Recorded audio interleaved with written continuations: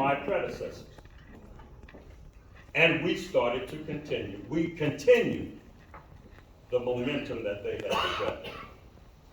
What we have done during the years I've been here was establish programming that connected our students and faculty and staff to those things which connect us to the continent of Africa and all of her peoples and all of their history and culture.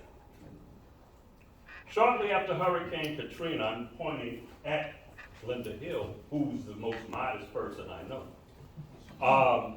Linda Hill was able to, through dogged determination and assistance from Title III, to spearhead the salvaging of the near priceless collection of African art that is housed here in the library for the time being and will be going into Sonoma very shortly. She assembled a team of students. In fact, two of the students were Erica Witt from the library and Hytha Mead, who were graduate students at the time in museology. And they salvaged, along with other people and other experts from around the country, the African art. Some art was lost, much of it was retained. And again, those items are the items that will be in Sonoma in the coming weeks, I think. In addition to that, during COVID, this lady again, along with Erica Witt, along with Shatiqua Mosley Wilson, along with Tracy Webster, who's no longer with us, and along with other persons on campus, were able to complete the museum, build out, and something that is rarely discussed. I don't think you all know this. We literally have an archive space, which is state of the art. What? This lady helped design it.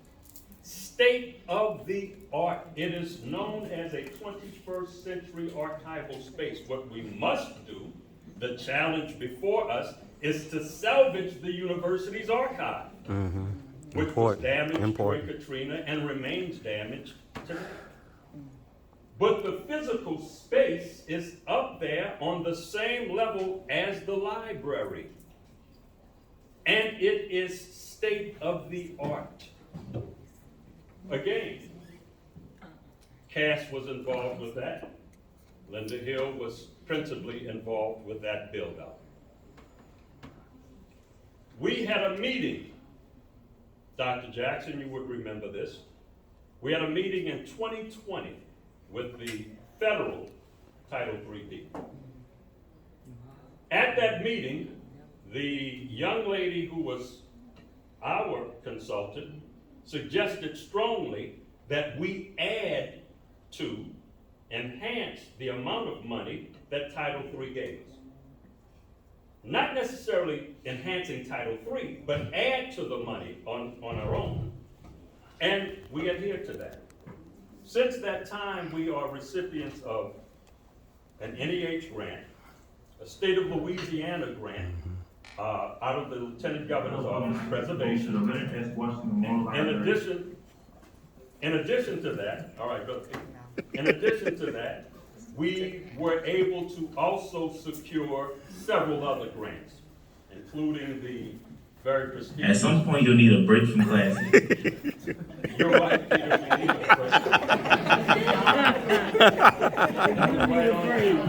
a break. Doc, Hawaii. that was spot on. I'll be short, Peter, don't worry about it. I'm closing up. All the body doesn't work. All right, so we were able to secure the very prestigious Louisiana Board of Regents grant, the Atlas grant. Now, what did it fund? We have been the connection to the community we have brought the community to campus in a project called the Pontchartrain Park Pioneers. This, for those of you who don't know, this neighborhood in which Suno is housed is on the National Register. Yeah. It is one of the first African-American subdivisions of its kind ever in the history of this United States. 1956 is what, 56 is when people started buying homes in this community. Suno followed soon thereafter. The original homeowners are called pioneers. We interviewed them, very many of them. We developed an oral history. Title III helped support that effort. That effort has also secured us those aforementioned grants. In addition to that, Dr. Ede and I wrote a grant which was funded by Ochsner. We will launch it very shortly. It will investigate and probe the impact that COVID has had on the African American community here in New Orleans. We've set it up, we've got it together, and it will be launched very shortly. Again, initiatives encouraged by and supported by Title III. And the importance of CAS. I'm not, in addition to, moreover, we have established coalescences around the campus. We have coalesced with, of course, the library. We have coalesced with, of course, museology. We will be coalescing with Sonoma. We have coalesced with the College of Social Work. We have coalesced with very many entities around the campus. But one that I am particularly proud of is the coalescence that was established between ourselves and Dr. Carson with her Healthy Minds, Healthy Body summer camp. Shatiqua mentioned it only moments ago. We, and this is a program, that phase of it was supported by Title III. We had a summer camp that in the morning gave our children academic support and enrichment. In the afternoon, from 12 until 3, the close of the day, it was Africana cultural immersion, African dance, primarily Senegalese, African dance, African musicology, as well as visual art. For 3 years, that was done. And we played host to well over 100 students per summer, and we were recognized by NORD during every summer culminating activity. Then we would have a culminating activity here for the parents and also for the university community. Wildly successful. Unfortunately, COVID brought most of that to an end. Dr. Robinson. I'm closing up. Interrupt you, but we are at 10:07. And I'm closing up. So thank you, Dr. And it's Jackson. very, very informative what you're telling us, and some people didn't know this. And as a disclaimer, Brenda Jackson had nothing to do with this outcome. Oh, yeah, well, I understand. Well, you know. All I right, understand. so you wrapped it up? I'm thank you. Okay, thank you so much. Okay, Dr. Dr. Uday. Okay. I know you have your meeting. I'll be very brief because the meeting is waiting for me now. Yes, yes. Okay, the College of Igwe, and I'm the Dean of the College of Business and Public Administration. Hi, everyone. The College of Business has a unique mission.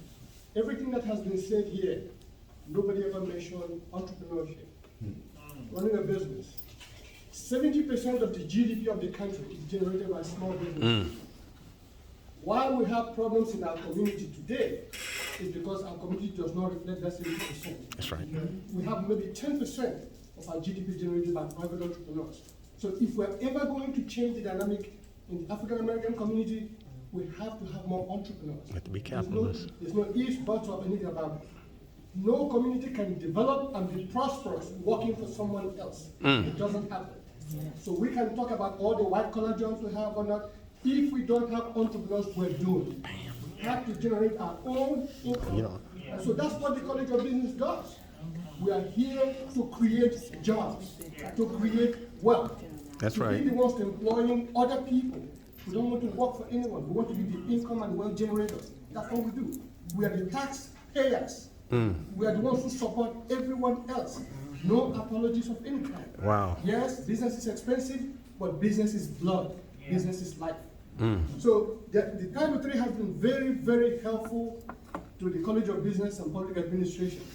Now, the College of Business, by the mandate of the Board of Regents that was passed in 1982, must be AACSB accredited or it will cease operation the day it loses it. That's a mandate.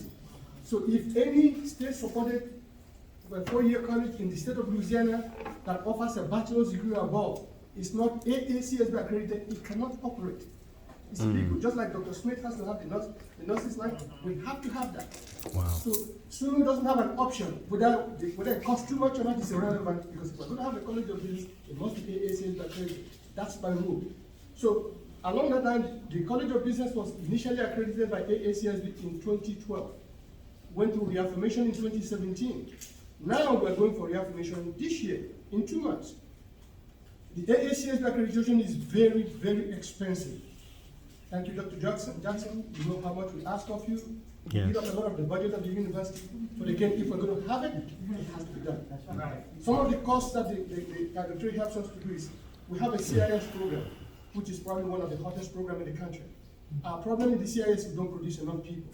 Everyone will graduate already has a job. But it's a difficult program, and a lot of students really don't want to do it.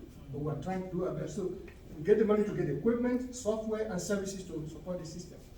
Thank you, Peter, for all you do for us there. Also, the membership fee for AACSB is very, very high on an annual basis. Title III helps us to defray that because it's something that can eat up a lot of the university's budget. We need personnel. AACSB requires us to hire faculty members with certain credentials. People apply to us all the time, they think we're very choosy. No, no, no, no.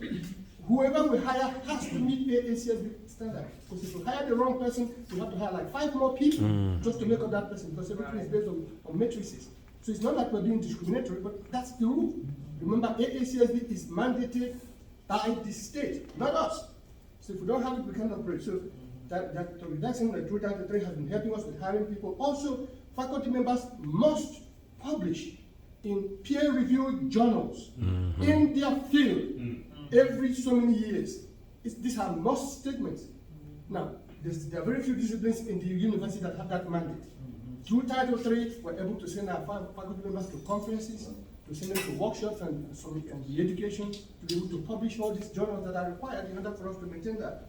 Also, our students have to participate in certain activities because there are 5 different principles of AACSB. Our students must participate in certain activities. Again, Title III helps us with funding to make sure that our students remain relevant, they know what is going on, and they're engaged. And finally, we have a tutorial lab. Title III is funding for us a person that is there.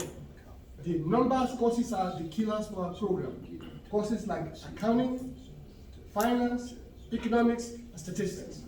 Our students struggle a lot. Thank you, Dr. Singleton, for what you do in your math class, helping us in that area. So we have a tutorial person that helps students to master that course. No matter who the instructor is, they can go there and get extra help. Wow. So these are some of the things that are done for us. Now, our report for AACSB is due exactly in 2 weeks. Everything must be uploaded to their portal. Whenever we submit, we can't take anything back.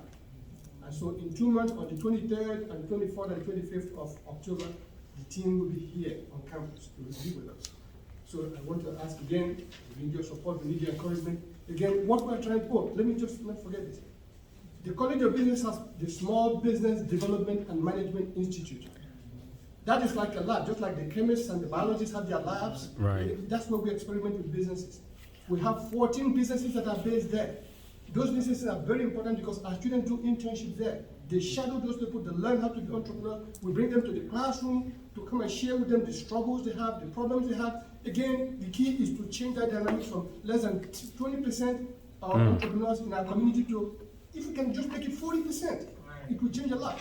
Remember, the average in the country is 70% self-employed. It's not the same in our case. So by having that incubator, which Dr. Jackson, again, through the funding that helps us to build the facility, it has been very helpful for us to incorporate that into what we teach and what we do. So again, there's a lot going on in the College of Business. Unfortunately, we're on the other side of the campus. A lot of you don't get a chance to come there. Please come see us. Thank you, Dr. Jensen. Thank you. Thank you.